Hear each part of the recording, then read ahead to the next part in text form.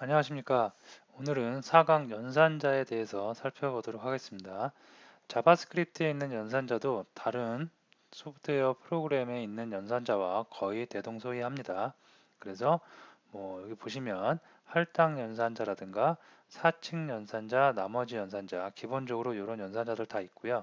다음에 간편하게 쓸 수 있는 자동 증감 연산자, 비교 연산자, 논리 연산자, 부정 연산자, 복합 대행 연산자, 다른 프로그램에 있는 연산자와 거의 다 대동소이하다고 볼 수가 있습니다.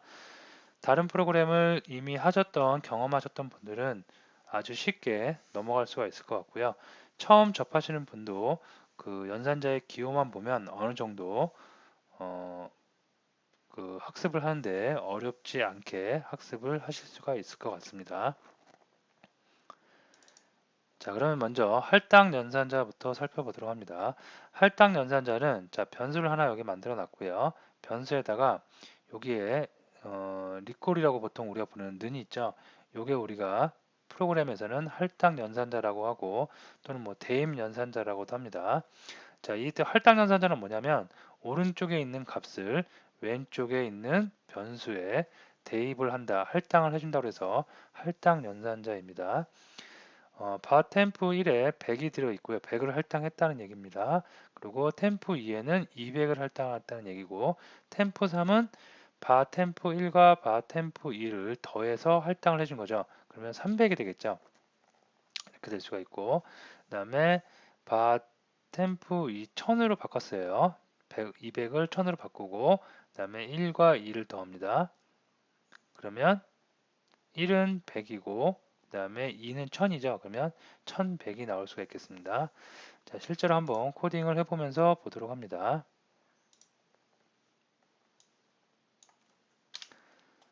자, 화면이 좁으니까 조금 밀어 놓을게요. 예. 자, 일단 변수를 만드는 방법, 선언하는 방법 지난 시간에 했죠. 변수 바 키워드 쓰고 변수명 써주시면 된다고 했습니다.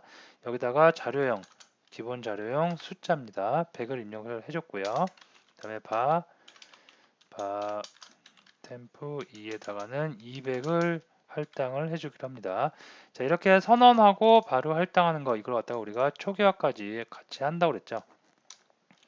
자, 그다음에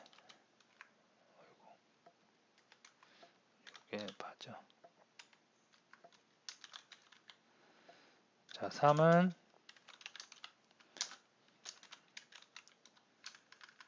1과 2를 더한 거라고 그랬습니다. 자, 요것을 갖다가 바템프 3을 갖다가 콘솔을 이용해서 출력을 한번 해보도록 하겠습니다. 바템프 3. 네. 자, 저는 크롬 창을 이용해서 테스트를 한번 해보는데요. 자, 콘솔이니까 브라우저에는 아무것도 안 나오겠죠. 얘는 어디? 콘솔 창에만 나온다고 그랬습니다. 그래서 F12키를 누르면 콘솔 창에 이렇게 값이 출력되는 거 확인할 수가 있고요. 자, 이게 할당 연산자였고요. 여기서 좀 더 해보면 우리가 변수를 알아볼 때 이렇게 선언한 변수에다가 값을 내 마음대로 수시로 다른 것을 할당할 수가 있다고 그랬죠. 이렇게 2에다가 200이 아닌 1000으로 다시 할당을 했습니다. 그 다음에 3에다가는 1번과 2번을 똑같이 더했어요. 그 다음에 똑같이 출력을 한번 해보면 자, 200이 1000으로 바뀌었기 때문에 숫자가 바뀌어 있겠죠. 그래서 보시면 1100으로 그 썸 값이 바뀌어 있는 거 확인이 가능합니다. 자, 이렇게 해서 할당 연산자 간단하게 살펴보고 넘어가도록 하겠습니다. 자, 다음으로 나오는 건 사칙 연산자 및 나머지 연산자입니다. 우리가 일상생활에서도 많이 쓰는 연산자죠. 덧셈, 뺄셈, 곱셈, 나눗셈이 있습니다. 그래서 곱셈, 뺄셈, 덧셈, 나눗셈을 다 여러분들이 할 수가 있고요. 다음에 여기서 프로그램에서만 존재하는 거, 일상생활에서는 잘 하지 않는 나머지 연산자가 있습니다. 나머지 연산자는 그 좌측에 있는 값을 우측에 있는 값으로 나눕니다. 나누고 나서 나머지가 0이 될 수도 있고 1이 될 수도 있고 2가 될 수도 있고 나머지가 나오겠죠. 그 나머지를 구하는 나머지 연산자입니다. 그래서 4층 연산자 4개 플러스 나머지 연산자까지 여러분이 알아두시면 되겠습니다. 자, 이것도 한번 해보면 예. 자, 이게 덧셈 연산자죠, 이게. 그죠? 자, 요거를 한번 숫자를 10으로 바꾸고요. 4로 한번 해보겠습니다.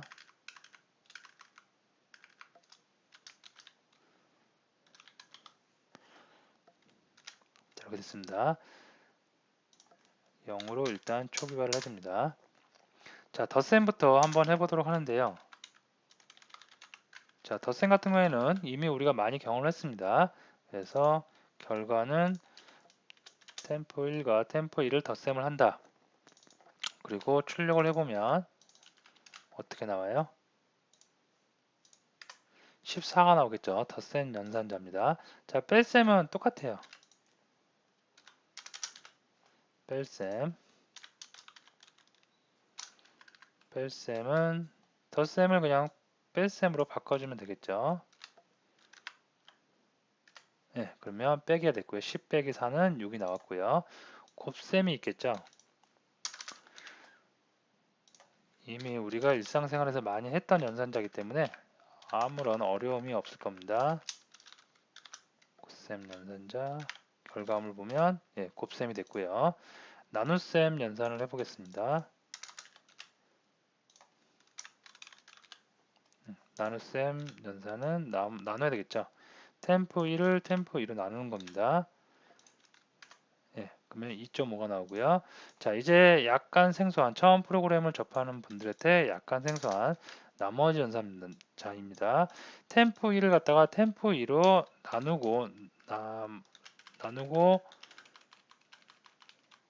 나누었을 때 떨어지는 나머지 있죠.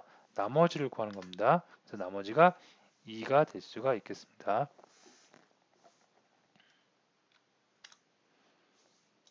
자, 이렇게 간단하게 우리가 사칙 연산을 살펴봤는데 프로그램은 어떤 연산을 CPU한테 연산을 시켜야 되는 일이 굉장히 많이 발생하겠죠. 그래서 사칙 연산도 많이 쓰이고 그리고 소프트웨어에서는 소프트웨어 어떤 걸 개발하다 보면 이런 나머지 연산자 굉장히 많이 쓰이는 연산자입니다. 그래서 꼭 잘 정리를 해 두시면 될 것 같습니다. 다음에 자동 증감 연산자 알아보도록 합니다. 자동 증감 연산자는 1을 자동으로 증가시키거나 어떤 변수의 값을 하나 1 증가시키거나 또는 1 빼는 연산자입니다. 그래서 여기 보시면 increase 110이 있고요. decrease 10이 있습니다. 얘를 갖다가 자동 증감자는 이렇게 플러스 플러스 마이너스 마이너스를 해줍니다. 플러스 플러스를 해주면 1이 더해지는 거예요. 자동으로. 그래서 기존의 값이 10이었는데 11이 되는 거고요. 기존의 값이 10이었는데 빼기 빼기해서 자동으로 1이 감소해서 9가 되는 것을 우리가 확인할 수가 있겠습니다. 자, 이것도 한번 직접 같이 한번 해보도록 합니다. 자, 지우고요.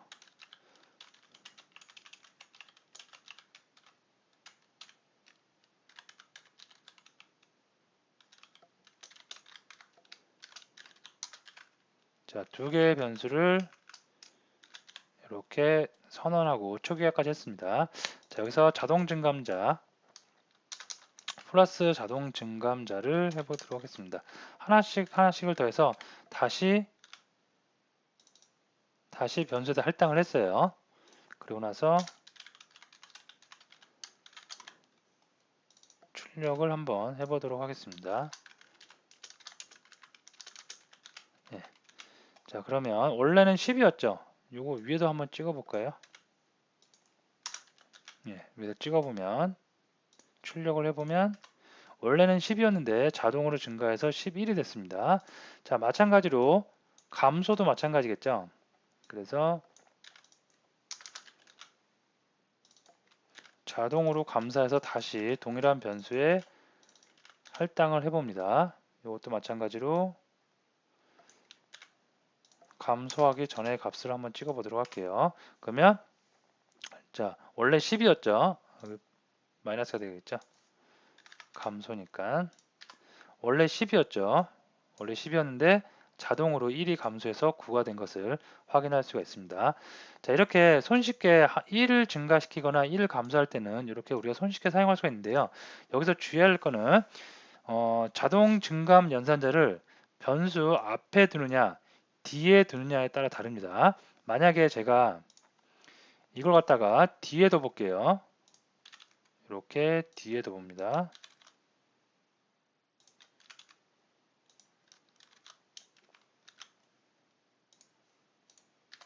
자, 그러면 변화가 없죠. 자, 이건 무엇을 뜻하냐면 잘 생각해 보세요. 이 자동 증감자가 먼저 변수 앞에 이렇게 명시가 돼 있었다. 이거는 할당 연산자가 있죠. 오른쪽에 있는 값을 왼쪽에다가 할당을 하긴 하는데 할당하기 전에 일단 1을 증가시키고 나서 왼쪽에 있는 변수에다가 할당을 한다는 뜻입니다. 그렇기 때문에 이렇게 하면은 증가를 시키고 저장하고요. 증가를 시키고 그 다음에 할당을 했기 때문에 최종적으로 여기에 찍히는 값은 11이 될 수가 있겠죠. 하지만 얘를 이렇게 뒤로 둬요. 뒤에다. 이건 뭐냐면 할당을 먼저 하고요. 여기 할당 연산자가 먼저 나왔죠. 그래서 할당을 먼저 하고 그 다음에 이 값을 올린다는 얘기입니다. 그죠? 그래서 이 상태에서는 할당을 먼저 해버렸기 때문에 연산을 하기 전에 할당을 먼저 해버렸기 때문에 이 상태에서는 값이 변하지 않을 수가 있겠습니다.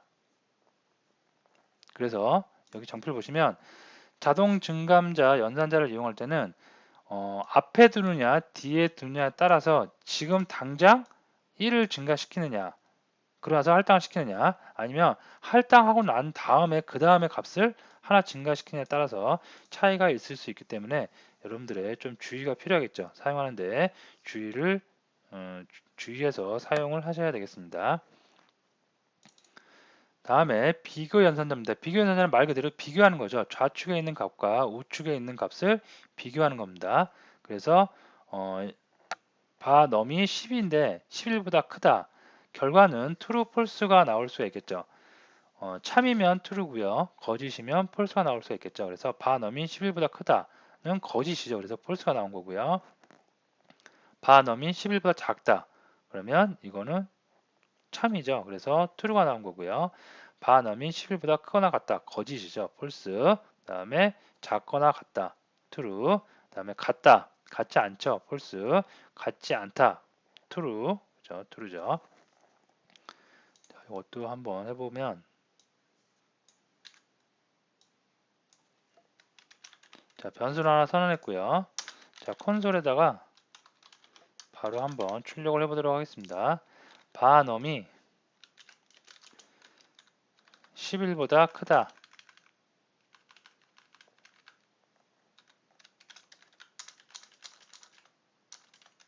그 다음에 11보다 작다. 그 다음에 크거나 같다. 작거나 같다. 같다. 그 다음에 같지 않다. 자, 출력을 한번 해보면 네, 이렇게 되겠죠. false. 처음에는 크다. 크지 않죠. 10은 11보다 작죠. 그래서 false. 다음에 작다. 작으니까 true. 마지막에 보면 같지 않다. 같다, 같지 않다. 같다라는 것은 거짓이죠. 그래서 false. 맨 마지막에 같지 않다라는 것은 참이 되겠죠. 그래서 true. 비교 연산자의 결과는 이렇게 불리한 값으로 출력이 될 수가 있겠습니다. 자, 계속 연산자에 대해서 살펴보고 있는데요. 그다지 어려운 내용은 없을 겁니다. 자, 논리연산자입니다. 논리연산자는 논리합 또는 논리곱이라고 하는데요. 자, 보시면 두 개의 변수 로직 1과 로직 2가 있습니다. 그래서 AND 연산자 이렇게 된 걸 AND 연산자라고 합니다. AND 연산자는 둘 중에 두 개의 좌측에 있는 값과 우측에 있는 값이 다 참이어야지 참입니다. 하나라도 거짓이면 거짓이에요. 그래서 AND 연산자 요 밑에 있는 걸 OR 연산자라고 합니다. 그래서 AND 연산자는 양쪽이 모두 다 참일 때만 참이라는 거. 양쪽 다 거짓이면 어떻게 돼요? 그것도 거짓이에요. 한쪽만 거짓이다. 그것도 거짓입니다. 무조건 AND 연산자는 양쪽이 다 참인 경우에만, 그죠? 그 참을 나타낼 수가 있습니다. OR 연산자는 또는이에요. 또는. 또는이기 때문에 둘 중에 하나만 참이면 참입니다. 결과물을 보면 AND 연산자 true, false죠. 그래서 true, false니까 여기가 false죠. 그래서 결과는 거짓이 나올 수가 있고요. 다음에 OR 연산자 한쪽만 참이면 된다고 그랬죠. 그래서 참, 거짓이니까 어떻게 돼요? 결과는 참이 나올 수가 있습니다. 다음에 true, true예요. 참, 참. AND 연산자 둘 다 참이니까 참이 나왔습니다. 다음에 OR 연산자 참, 참이에요. 그러니까 둘 중에 하나만, 하나 이상만 참이면 무조건 참이라고 했습니다. 그래서 참이 나옵니다. 자, 둘 다 폴스네요. 폴스, 폴스. 참이 아예 없죠. 그래서 당연히 거짓이겠고요. AND 연산자. OR 연산자 폴스, 폴스네요. 참이 하나라도 있어야 되죠. 그래서 거짓이 나올 수 있겠습니다. 자, 이것도 한번 해보도록 하겠습니다.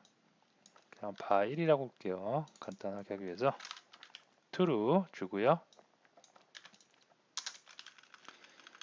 두 번째 변수에는 제가 false를 주겠습니다.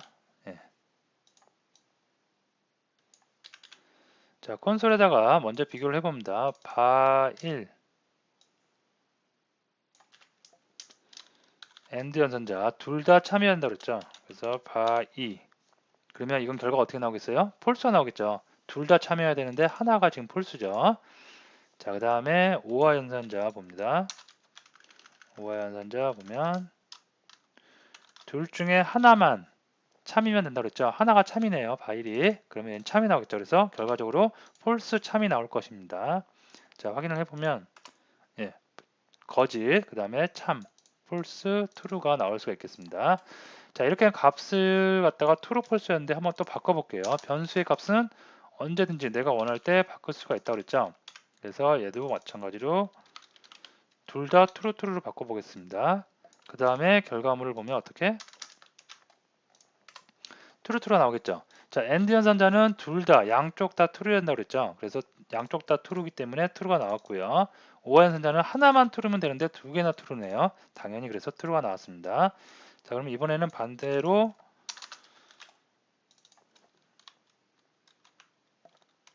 자, false, false, false 둘 다 false예요. 그러면 얘는 뭐가 나오겠어요? 하나라도 둘 다 참여해야 되는데 두 개나 다 false예요. 그러면 얘는 false가 나올 거고요. 그다음에 하나라도 참여해야 되는데 둘 다 false죠. 당연히 false가 나오겠죠. 이렇게 false가 나올 것 같습니다. 그래서 논리 연산자, 논리적으로 AND 연산자는 둘 다 양쪽이 모두 다 참여해야 된다는 거. 다음에 참여해야지 참 결과가 참이 나오고요. 그렇지 않으면 거짓 나오고. 그다음에 OR 연산자는 OR 또는이니까 하나만 참이어도 참인 결과를 나타낼 수가 있겠습니다. 자, 복합 대입 연산자입니다. 자, 여기 좀 말이 잘못됐네요. 이게 부정연산자죠. 네, 수정합니다. 네, 부정연산자 알아보고 그 다음이 복합대입 연산자죠. 자, 부정연산자 알아봅니다. 부정연산자는 현재의 상태를 갖다가 부정하는 거예요. 그래서 기호는 이렇게 느낌표 하나만 붙여주시면 되겠습니다. 그래서 바트루가 true 값을 갖고 있어요. 그래서 그것을 그대로 출력을 해보면 true가 당연히 나오겠죠. true. 자, 하지만 여기다가 부정을 합니다. 현 상태를 부정한 거예요. true를 부정하면 어떻게 돼요? false가 되겠죠. 그래서 false가 나올 수가 있습니다. 만약에 바트루가 false예요.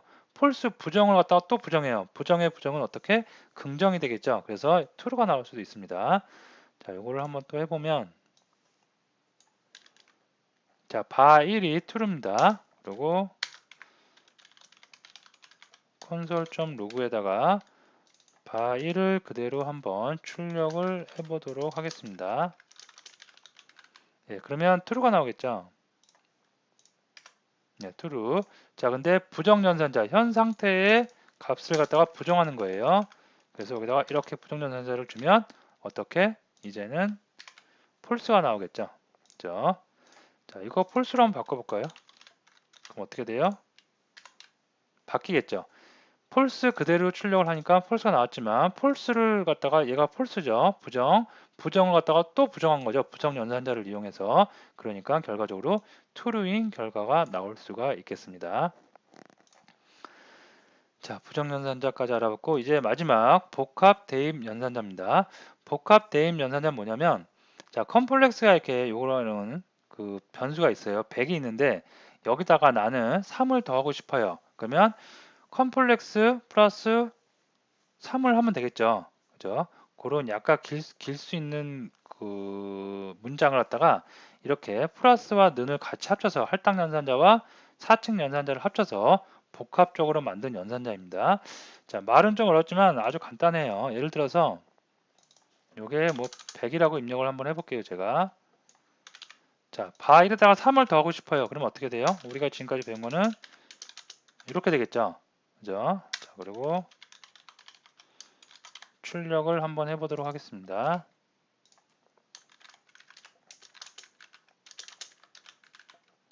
자, 출력을 해보면 103이 만들어졌어요. 자, 근데 이게 귀찮다는 거죠. 그래서 중복된 게 두 개 있기 때문에 귀찮기 때문에 어떻게 한다고요? 자, 잠깐 주석 처리하고요. 요거를 지우고 여기다가 연산자를 두 개 같이 써주는 겁니다. 그래서 복합이란 얘기예요. 이렇게 해도 동일하게 103인 결과가 나올 수가 있겠습니다. 자, 그러면 빼기 해볼까요? 또 그러면 3을 뺐어요. 그럼 어떻게 돼요? 103에서 3 뺐으니까 다시 100으로 올 수가 있겠죠. 자, 곱셈을 한번 해보겠습니다. 계속 반복되는 거죠. 그래서 곱셈을 해보면 기존의 값에다가 3을 곱한 거예요. 100에다가 3을 곱했으니까 300이 나올 수가 있겠고요. 얘를 갖다가 또 다시 이번에는 나누기를 하면 100이 나올 수가 있겠습니다. 자, 사칙 연산을 우리가 다 알아봤는데 한 가지 더 있죠. 우리 뭐가 있냐면 나머지 연산자도 있었습니다. 그래서 여기다가 나머지 연산자 기호만 넣어주시면 이렇게 나머지까지 우리가 다 구할 수가 있겠습니다. 100을 3으로 나누니까 99가 나오고 나머지 1이 남겠죠. 그 1이 출력되는 거 확인할 수가 있겠습니다. 자, 이런 식으로 해서 복합대입 연산자, 복합대입 연산자하고 여기 보시면 아까 봤던 증감 연산자 이런 것들은 일상생활에서는 잘 쓰이지 않는 연산자지만 프로그래밍에서는 굉장히 간단하게 간편하게 쓸 수 있는 연산자이기 때문에 많이 쓰이고 여러 군데서 많이 활용이 됩니다. 그래서 꼭 잘 알고 계시고 잘 사용을 하시면 되겠습니다. 자, 오늘 자바스크립트에서 제공하는 연산자에 대해서 할당 연산자, 사칙 연산자, 자동 증감, 비교, 논리, 부정, 복합된 연산자 등을 알아봤는데요. C나 자바처럼 C나 자바를 보면 이거보다 더 많은 연산자를 많이 제공을 하고 있습니다. 자, 하지만 자바스크립트는 누구나 손쉽게 배울 수 있는 유연한 프로그램이라고 했죠. 그래서 이렇게 비교적 상대적으로 간단한 연산자, 손쉽게 사용할 수 있는 연산자를 제공하고 있고 여러분이 학습하는데도 별 어려움이 없이 학습을 하고 사용을 쉽게 하실 수가 있을 것 같습니다. 자, 오늘 수업 여기서 마치도록 하겠습니다.